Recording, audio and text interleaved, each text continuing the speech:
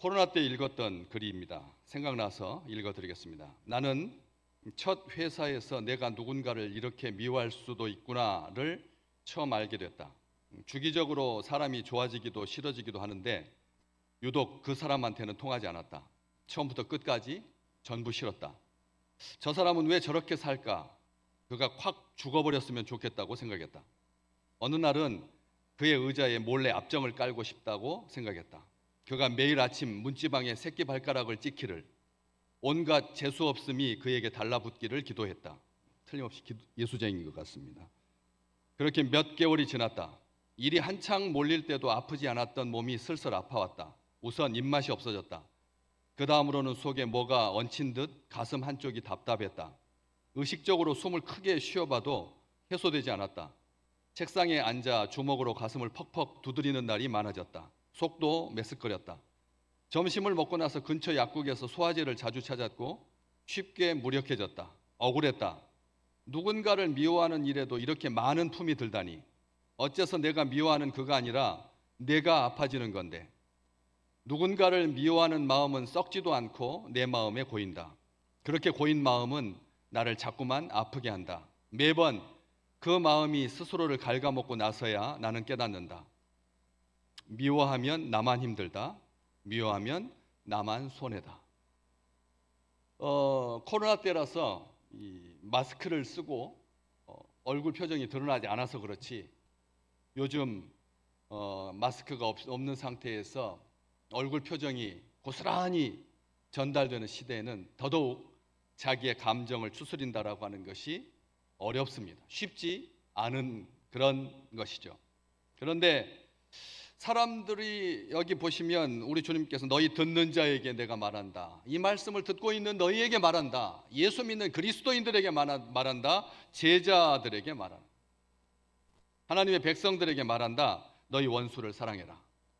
그리고 너희를 미워하는 자를 선대하거라. 사람들이 미워지는 이유가 뭘까요? 왜 사람이 미워지나요? 여러분 가만히 한번 생각해 보시죠. 사람이 왜 미워지나요? 무엇 때문에? 잘못해서?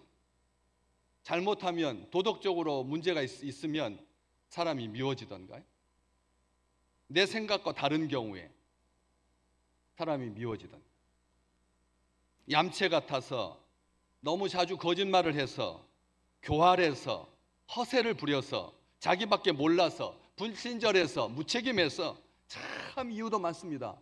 한 가지만 미운 이유가 있다면 그걸 어떻게 좀 개선해 보기도 하고 하겠는데, 어쩌면 이렇게 미아리 공동묘지 옛날처럼 핑계 없는 무덤이 없듯이 왜 이렇게 미워할 이유가 많을까? 진짜 미운 짓을 해서 미우십니까?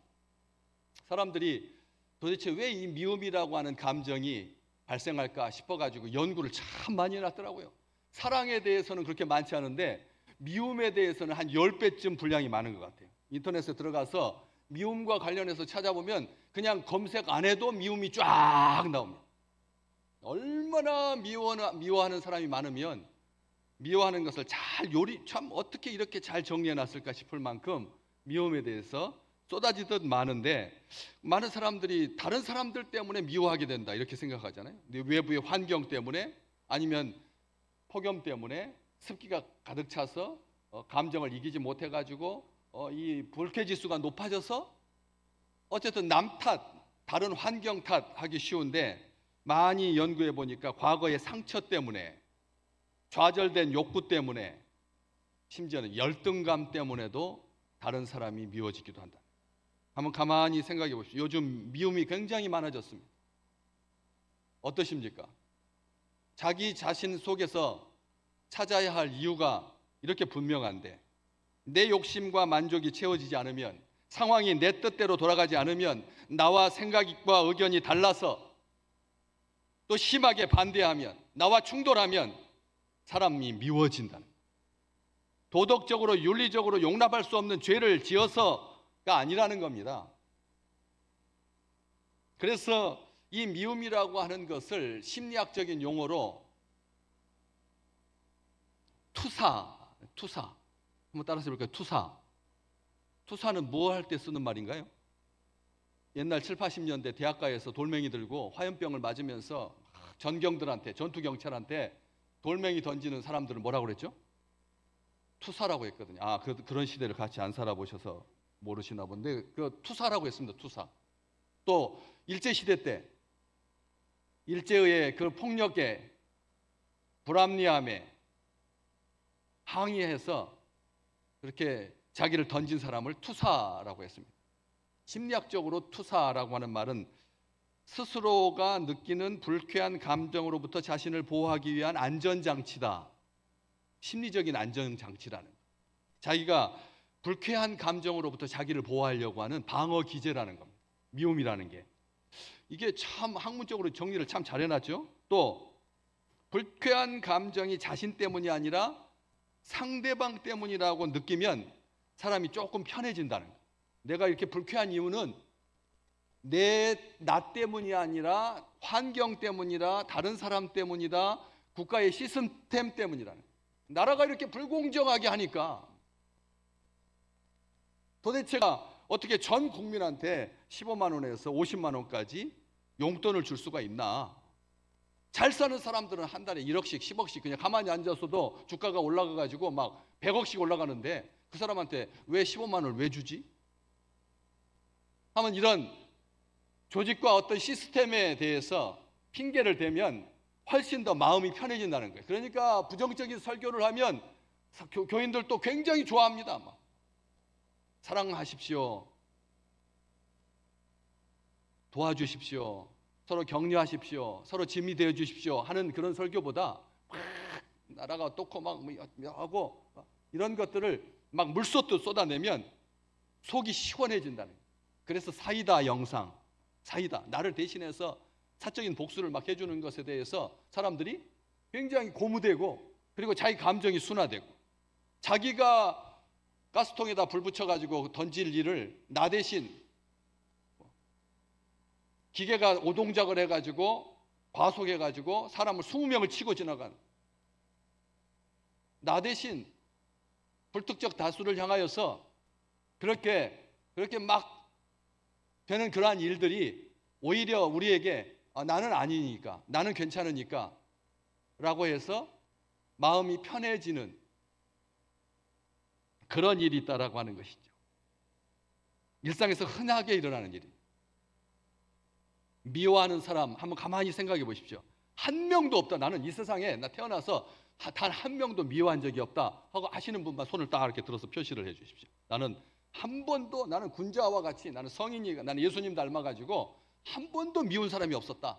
아무도 없는 거죠. 한두 사람은 있기 마련이고, 내가 미워하든 미움을 받든, 그리고 나머지는 나에게 관심이 하나도 없는 거죠. 이 세상에 살아가면서 관계 가운데서 나하고 영향력을 미치는 사람은 전체 내가 만나는 사람의 10%도 안 됩니다. 한 사람이 일평생 동안 많이 만나는 사람이 10,000명 정도 알고 지낸다고 하는데, 10,000명 정도 알고 지낸다고 하는데, 그 중에서 나하고 어떤 감정적인 그런 교류가 있는 사람은 몇 명이나 되십니까? 지금 현재. 요즘 점점 나홀로 가정이 많아져 가지고 전 가구 세대의 40%가 혼자 사는데, 혼자 40%가 혼자 삽니다. 미워할 겨를도 없죠. 뭐 미워할 겨를도 없는 것 같잖아요. 견고한 송에 들어가 가지고 일찍 퇴근해 가지고 TV 보면서, 샤워하고 TV 보면서 사랑하는 야옹이와 함께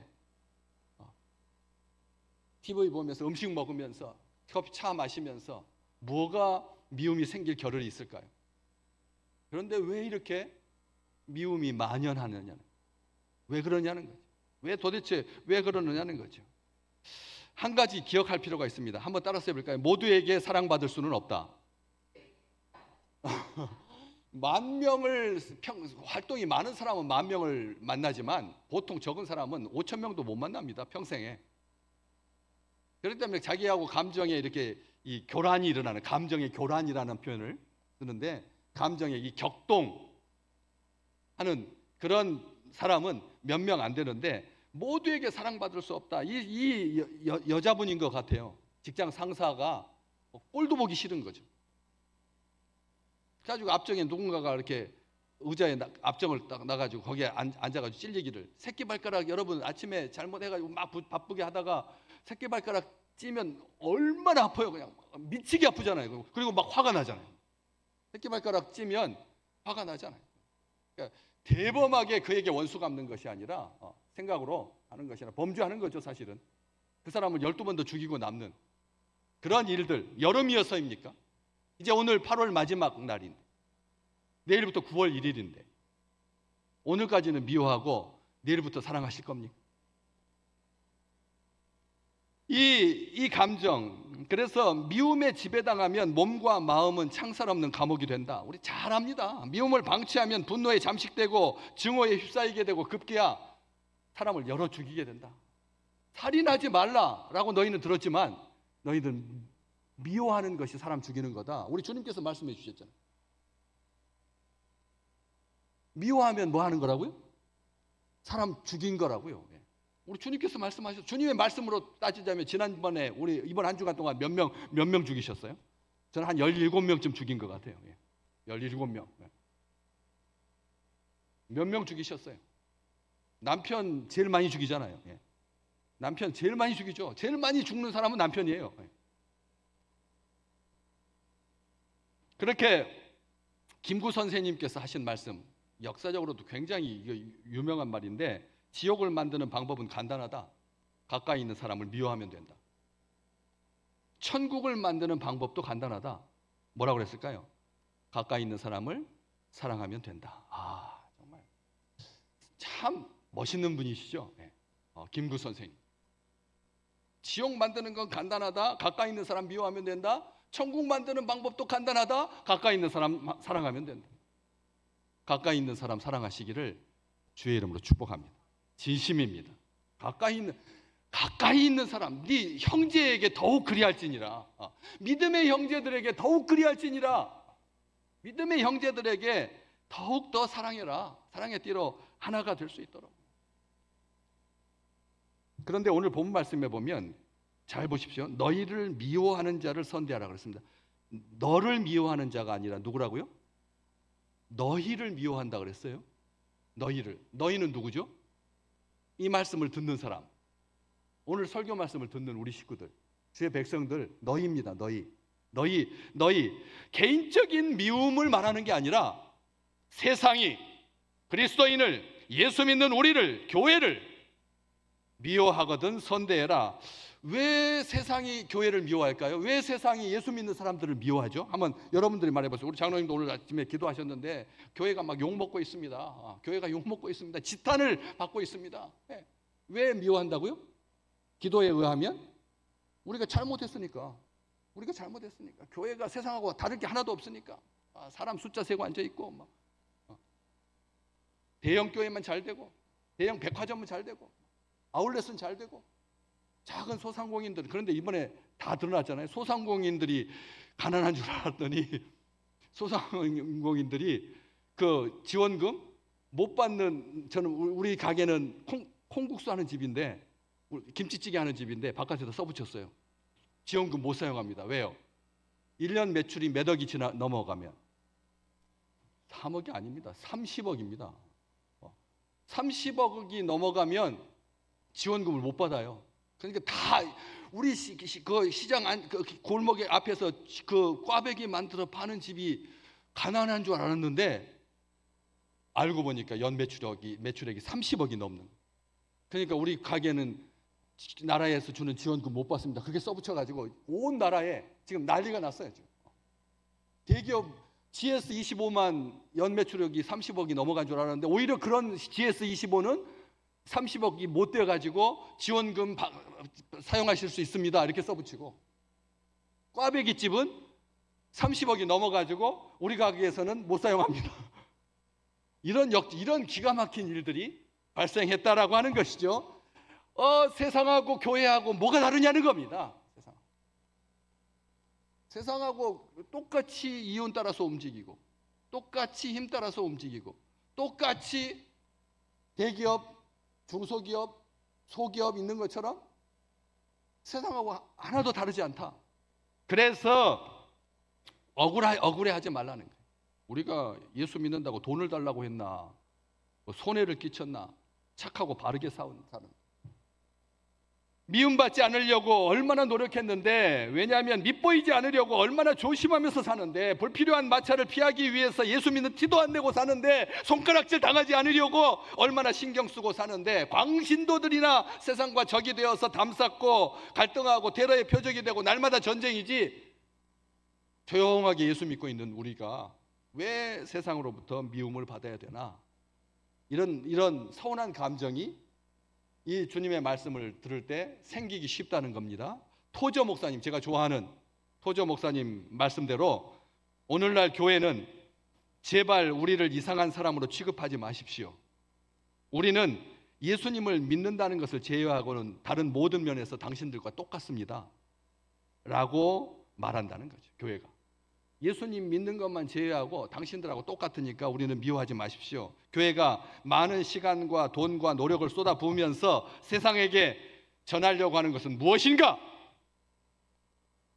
세상이 두려워서 세상의 눈치 보면서 세상에 비위를 맞추고 있지는 않은가?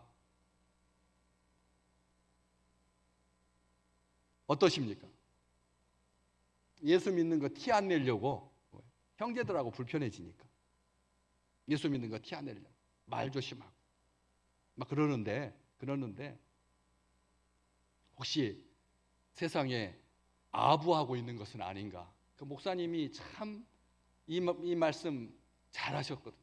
우리가 기억해야 됩니다. 주님은 말씀하셨습니다. 요한복음 15장 18절에서 19절, 세상이 너희를 미워하면 너희보다 먼저 나를 미워한 줄을 알라. 왜 세상이 너희를 미워한다? 뒤에 나와 있습니다. 같이 읽어볼까요?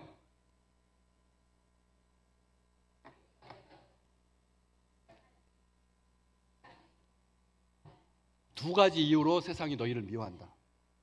너희들이 뭐 잘못해서 그렇게 미움받는 것은 당연한 거고요. 그렇지 않아요? 교회가 잘못해가지고 위선적이어서 권력에 아부해가지고 가난한 사람, 힘든 사람, 어려운 사람 돌보지 않아서 무시해서 그래서 미움받는 것은 그건 말도 안, 그건 우리 주님께서 말할 가치도 없는 거고 우리도 그것에 대해서 불평해서는 안 되고 두 가지 이유 때문이다. 첫 번째는 너희가 세상에 안 속해 있기 때문에 미움받는 거다. 두 번째는 내가 너희를 택했기 때문에 미워하는 거다. 아멘, 아멘. 우리가 만약 애매히 고난받거든, 애매히 세상 사람들이 우리를 미워하거든, 이 두 가지를 기억하라는 거죠. 너희가 세상에 안 속했기 때문이고 두 번째는 내가 너희를 택했기 때문이다. 다시 말하면 여러분, 불평의 근거가 되지, 세상이 우리를 미워한다고 해서 불평의 근거가 안 된다는 거죠. 우리가 세상이 그렇게 하나님의 법을 따라서 정말 하나님 사랑하고 이웃 사랑하고 열심히 신앙생활을 했는데 괜히 세상이 우리를 시비하고 미워하면 두 가지를 기억해라. 너희는 세상에 안 속해 있다. 두 번째, 내가 너희를 택했다. 얼마나 놀라운 일입니까? 그렇다면 세상이 미움을 자처해야죠. 왜요? 그게 우리의 확신의 증거니까. 예수님께서 나를 택하셨다라고 하는 증거니까 세상이 미워하면 화내지 말라는 거예요. 세상이 우리를 미워하면 발끈하지 말라는 거예요. 내가 세상이 너희를 미워하면 너희보다 먼저 나를 미워한 것을 너희들은 기억해라. 우리 주님께서 말씀하셨습니다. 그런데 세상이 아버지를 미워하고 세상이 교회를 미워하고 세상이 성도를 미워하고 있는 것으로 끝나면 딱 좋겠죠? 그럼 우리만 억울하잖아요. 뭐 억울하지 않을 수도 있고요. 그리고 감사하기도 하고 나를 택해 주셨고 우리가 세상에 안 속해 있으니까 그런 증거라고 그렇게 자위할 수 있어서 끝나면 괜찮을 것 같은데 그 뒷말 요한복음 15장 23절 24절, 나를 미워하는 자는 또 내 아버지를 미워하는 거다. 나를 미워하는 자는 내 아버지를 미워하는 거다. 그들이 나와 내 아버지를 보았고 또 미워하였도다. 다메섹에 가가지고 예수 믿는 사람들을 잡아서 예루살렘으로 끌고 가가지고 사내들인 공회에서 재판받아가지고 사형을 언도하기 위해서 그렇게 혈기등등했던 사울이라고 하는 그 청년, 다메섹 거의 가까이 갔을 때 하늘에서 빛이 쏟아지고 그에게 말씀하셨죠. 사울아, 사울아, 뭐라고요? 네가 왜 나를 핍박하느냐, 나를 박해하느냐? 성도를 미워하면 누구를 미워하는 거라고요? 우리 주님을 미워하는 거. 주님을 미워하는 것은 또 누구를 미워하는 거라고요? 아버지를 미워하는 것, 하나님을 미워하는 것. 우리 주님께서 분명하게 말씀하셨습니다. 그러면서 한 가지, 그게 왜 그렇게 연결되나요? 성도를 미워하면, 교회를 핍박하면 예수님을 미워하고 예수님을 핍박하는 거고, 예수님을 미워하고 예수님을 핍박하는 것은 하나님을 대적하는 거다. 이게 어떻게 논리적으로 그게 맞는 것 같으면서도 이게 어떻게 이런 일이 가능합니까? 그 다음 절 요한복음 15장 25절 말씀. 그러나 이는 그들의 율법에 기록된 바 그들이 이유 없이 나를 미워하였다 한 말을 응하게 하려고 함이라. 아멘. 세상이 교회를 핍박하고 예수님을 미워하고 하나님을 대적하는 것은 어디에 기록되어 있다고요? 성경에 기록되어 있다. 성경에 기록되어 있다. 지나고 보니까, 분석해 보니까 이런 것이 아니라 성경에 기록된 말씀을 응하게 하려고 그렇게 되어 있는 거다. 그러면서 우리 주님께서 그 다음 절부터 오늘 본문 말씀 27절만 읽었는데 뒤쪽으로 쭉 나오는 거죠. 한 번 더 말씀하면 죄인들도 한번 볼까요? 32절에서부터 33절. 너희가 만일 너희를 사랑하는 자만을 사랑하면 칭찬받을 것이 무엇이냐? 죄인들도 사랑하는 자는 사랑하느니라. 오늘 말씀과 연결시켜서 볼까요? 33절 같이 볼까요? 너희가 만일 선대하는 자만을 선대하면 칭찬받을 것이 무엇이냐? 죄인들도 이렇게 하느니라. 미워하는 자를 선대하라고 하셨는데 주님께서 너희들한테 잘하는 사람한테 너희를 선하게 대하는 사람한테 선하게 대하면 칭찬받을 것이 무엇이냐? 죄인들도 그렇게 한다. 여기서 한 가지 딱 힌트가 나옵니다. 우리하고 미워하는 자를 선대하는 사람은 우리고, 죄인들은 자기한테 잘하는 사람한테 선대한다고 그래 있어요. 그럼 우리하고 반대말이 뭐죠? 죄인이라고 돼 있어요. 죄인. 우리는 미워하는 자를 선대하는데 우리 반대에 있는 사람들, 죄인들은 자기한테 잘해주는 사람한테 선대한다 그랬으니까 우리는 뭐예요? 우리의 반대가 죄인이라면 우리는 뭐예요? 제가 너무 어렵게 질문했나요? 우리의 반대 나쁜 사람들이 죄인이에요. 그러면 우리는 뭐예요? 죄인의 반대말이 뭐죠? 의인이잖아요. 의인. 죄인의 반대가 의인이잖아요. 여러분, 우리가 어떻게 의인일 수가 있나요? 미워하는 자를 선대하시기를 주의 이름으로 축복합니다. 의인은 다른 데 있는 게 아니에요. 의인은 십자가에 못 박혀 죽는 게 의가 아니에요. 복잡한 거, 어려운 거 여기 돼 있잖아요. 28절에 너희를 저주하는 자를 위해서 축복하고 너희를 모욕하는 자를 위해서 기도해라. 이게 의인이다.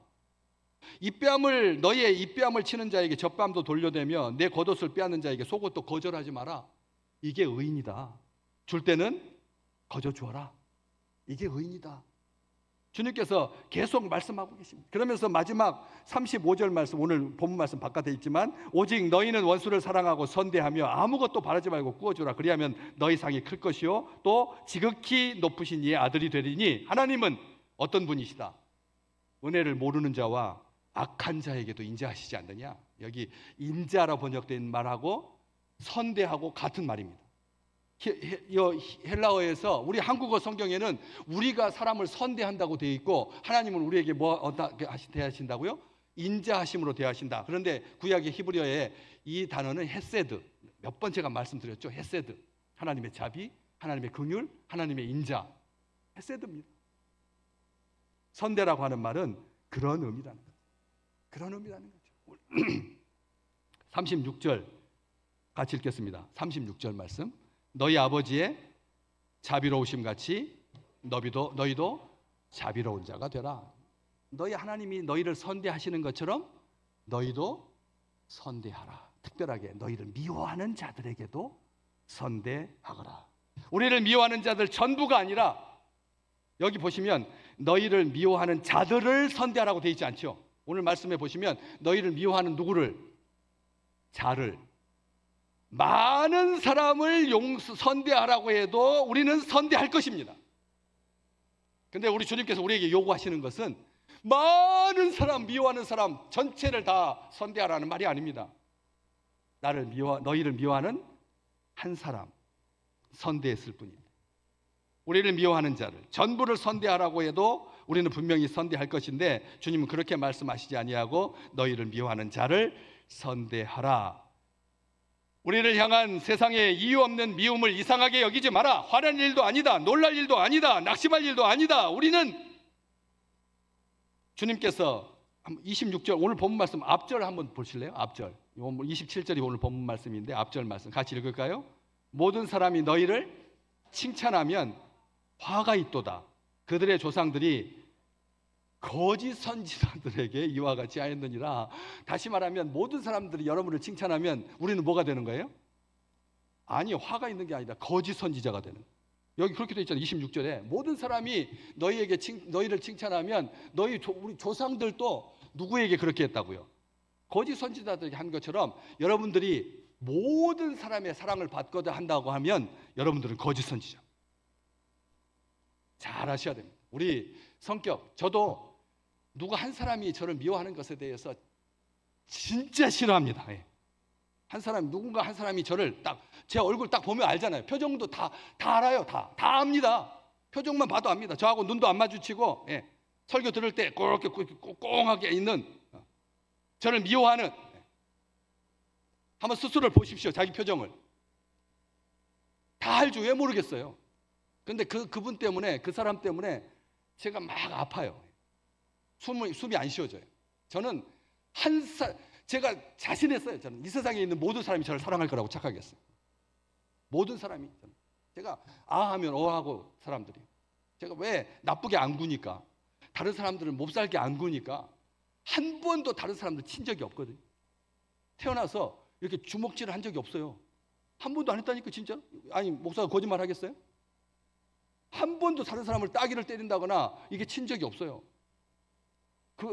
이게 그러니까 제가 말할 수 있잖아요. 내가 진실하게 정직하게 되었으니까 다른 사람도 다 나를 좋아하겠지. 나를 선대하겠지. 착하게 대하겠지. 그런 생각. 근데 내려놨어요 이제. 왜요? 우리 주님께서 오늘 말씀하셨거든요. 모든 사람이 너희를 칭찬하면 화가 있도다. 여기서 칭찬 우리가 기억하셔야 됩니다. 세상의 미움은 낙심의 근거가 될 수가 없다는 거죠. 세상의 미움은 세상에 속하지 않았다는 주님의 택감받은 증거다. 주께서 미워하는 마음을, 엉킨 마음을, 증오하는 마음을, 꼬인 마음을 놓아주시기를 주님의 이름으로 축복합니다. 진정 우리의 이 꼬인 마음, 미워하는 마음, 위축된 마음, 엉킨 마음, 자신을 얽매이던 죄와 분노로부터 자유하시기를 주님의 이름으로 축복합니다. 스스로를 해치지 않도록 우리 주님께서 주시는 참된 평안과 진정한 사랑을 누리는 9월 한 달이 되시기를 주의 이름으로 축복합니다. 천대까지 베푸시는 하나님의 선대를 누리게 될 줄로 믿습니다. 오늘 말씀 35절 지극히 높으신 이의 아들이 될 것이다. 지극히 높으신 이의 아들이 될 것이다. 이 말씀 기억하면서 한 사람도 미워지지 않고 또 혹여라도 누가 한두 사람이 나를 미워하거든 하나님 감사합니다. 의인의 반열에 세워주셔서 애매하게 고난당할 때마다 미움받을 때마다 하나님 앞에 감사가 넘치는 귀한 우리 식구들 되시기를 주의 이름으로 축복합니다.